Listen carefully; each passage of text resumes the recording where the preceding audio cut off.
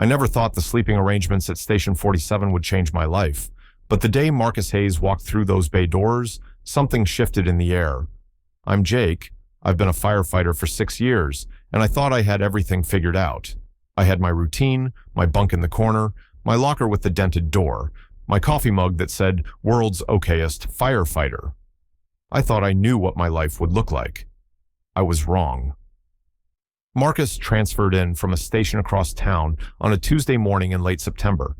Captain Rodriguez introduced him during morning briefing, and I remember the exact moment our eyes met across the apparatus floor. He had this presence about him, confident but not cocky, with these dark eyes that seemed to take everything in at once. He was tall, maybe 6'2", with broad shoulders that filled out his Navy Department t-shirt in a way that made me look away quickly, then look back again when I thought no one was watching. After the briefing, we showed him around. The station was old, built in the 70s, with that industrial charm that comes from decades of boots on concrete and hands on brass poles. I was assigned to show him the living quarters upstairs, and as we climbed the stairs, I could smell his cologne mixed with something else, maybe laundry detergent, clean and warm. The bunk room was lined with beds, each with a small locker beside it. Most of the guys had claimed their spots years ago. There were a few open bunks scattered around, but Marcus walked straight past them all. He stopped at the empty bunk right next to mine, the one that had been vacant for 3 months since Tommy retired. "This one taken?" he asked, his voice deeper than I expected, with a slight rasp to it. I swallowed hard. "No, it's open. That's actually my bunk right there." He smiled, and something in my chest tightened. "Perfect. I like having a partner nearby. You know, in case the alarm goes off in the middle of the night and I need someone to make sure I'm not stumbling into a wall half asleep." I laughed, but it came out nervous. "Yeah, happens to the best of us." That first shift together, we got called out to a kitchen fire in an apartment complex. Nothing major, but enough smoke to make the scene chaotic. Marcus and I worked the hose line together, and I noticed how naturally we moved in sync. He anticipated my movements. I anticipated his.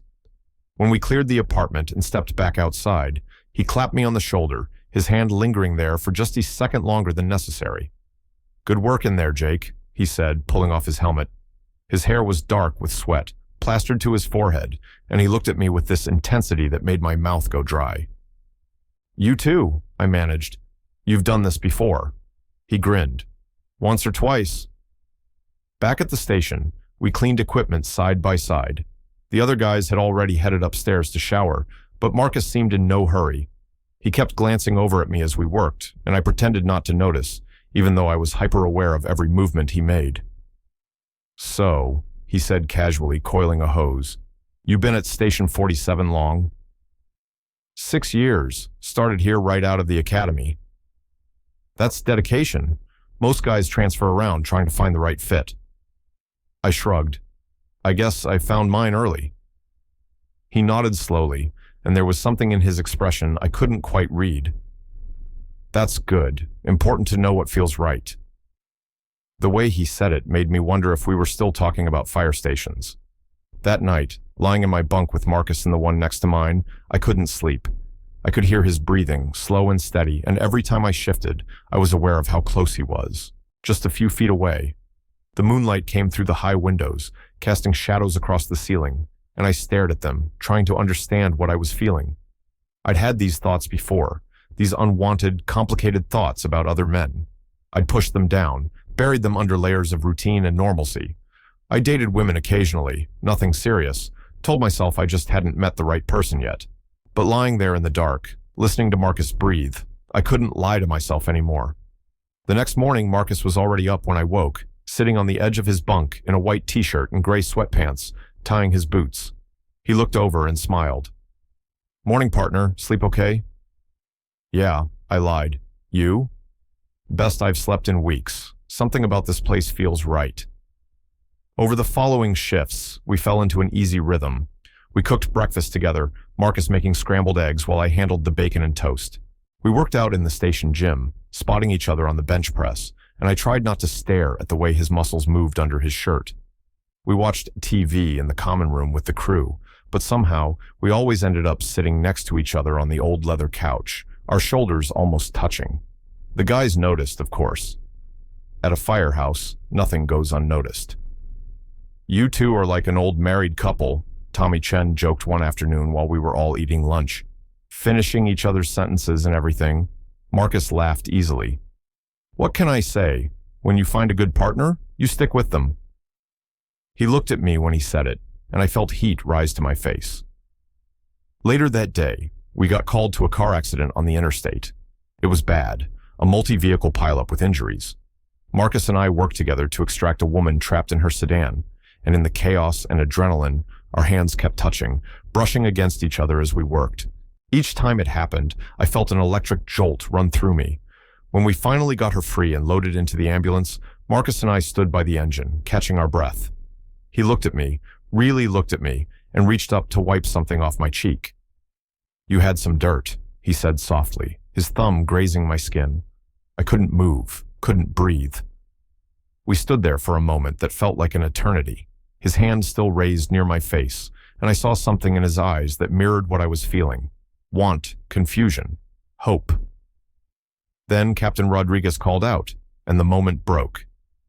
That night, the station was quiet. Most of the crew had turned in early, exhausted from the long day. I was in the kitchen making tea, something my mom taught me to do when I couldn't sleep, when Marcus appeared in the doorway. Can't sleep either? He asked. I shook my head. Want some tea? Sure. We sat at the small kitchen table, the only light coming from the fixture over the stove. The station creaked and settled around us, familiar sounds that usually comforted me, but tonight everything felt different, charged with possibility.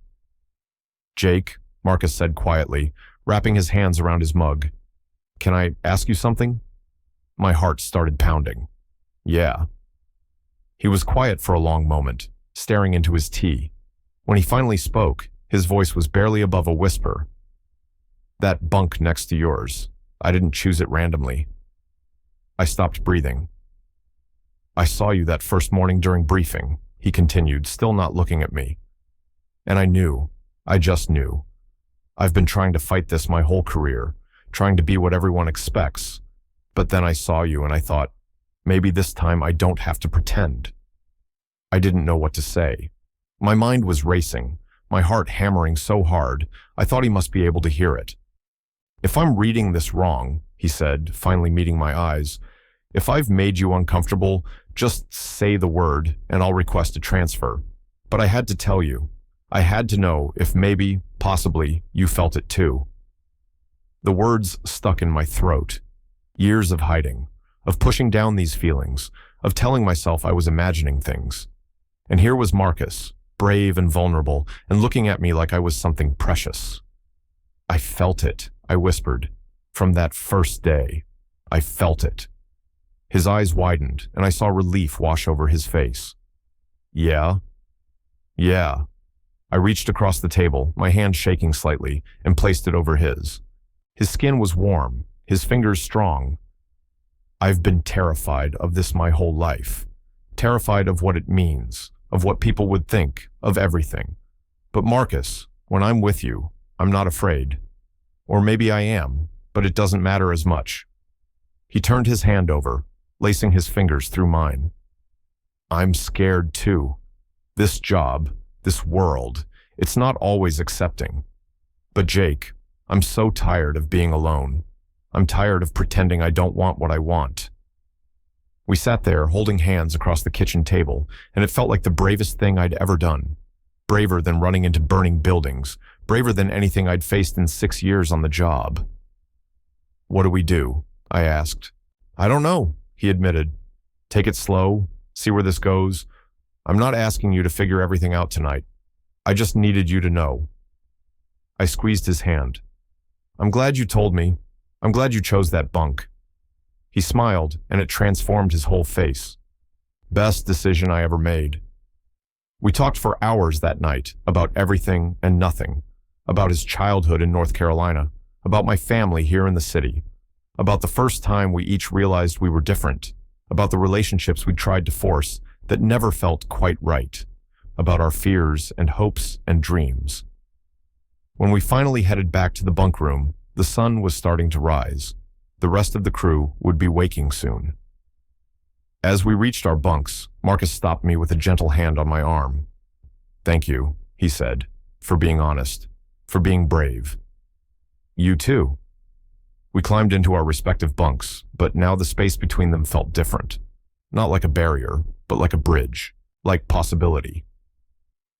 The alarm went off an hour later, a structure fire across town. As we geared up and climbed onto the engine, Marcus caught my eye and smiled.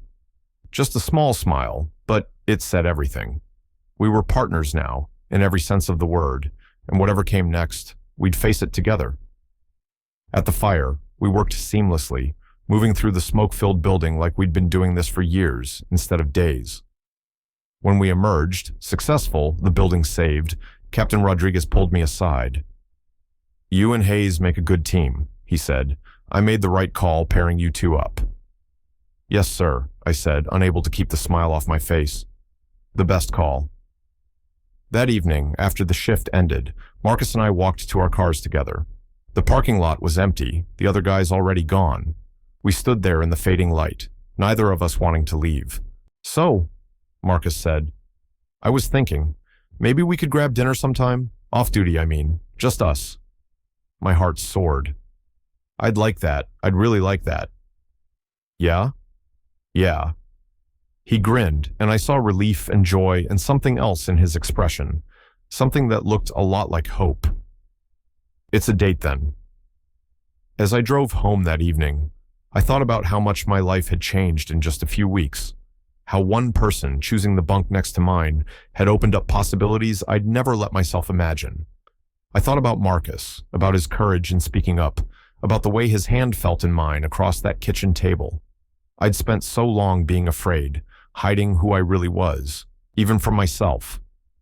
But Marcus had shown me that maybe, just maybe, being brave enough to be honest was worth the risk. That finding someone who sees you, really sees you, and chooses you anyway, that's worth everything. The request came through, he'd said that first day. The request to transfer to Station 47.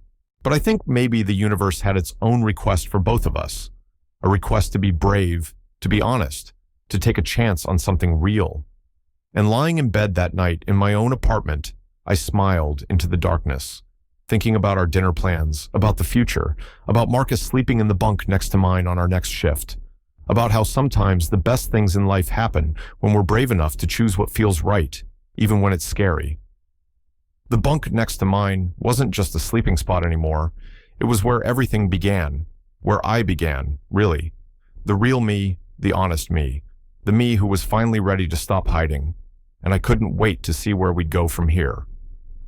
Total char count, 15,847.